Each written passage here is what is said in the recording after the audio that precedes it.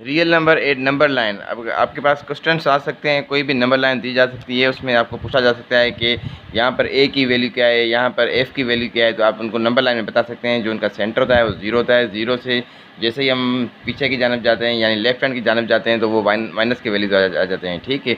तो यानी -1/2, -1, फिर आ जाएगा माइनस आपके पास आ जाएंगे, ठीक है। और इधर चला जाएगा तो प्लस में 1 आ जाएगा, ये हो जाएगा 1 होल 1/2, फिर 2, फिर 2 होल 1/2 आगे चलते जाएंगे। जैसे ये 2 होल 1/2 आगे ऐसे चलते जाएंगे, ठीक है।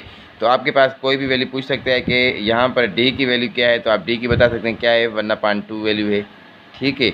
ई की वैल्यू पूछ सकता है आपसे, ई की वैल्यू क्या है, तो ई की आप बता सकते हैं 1 है वैल्यू, ठीक है।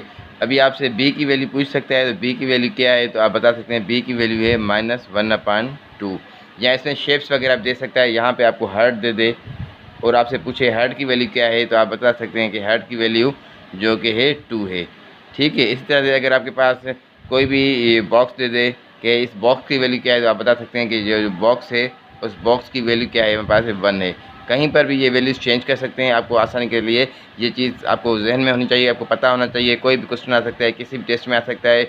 ये 9th क्लास की मैथ का बुक है, उसमें ये क्वेश्चन आए हुए हैं और मुख्तलिफ उन्होंने शेप्स दिए हुए हैं, तो आप उनको शेप्स भी कर सकते हैं, वैल्यूज़ भी कर सकते हैं। या कोई भी आपसे पूछ सकता है कि अगर यहाँ पर एफ़ भी कह सकता है कि F1, F2, F1 की वैल्यू क्या है, F2 की वैल्यू क्या है, चेंजिंग कर सकते हैं। आपका कॉन्सेप्ट क्लियर होना चाहिए। कोई भी वैल्यूज़ चेंज कर दें तो आप उनको बता सकते हैं कि इसका आंसर क्या रहेगा और इसका नंबर लाइन में जो है वैल्यूज़ कौन सी कहाँ पर आ जाएगी। आई होप कि आपको चीज़ें क्लियर हो जा रही हैं। Thanks for watching, remember your prayers.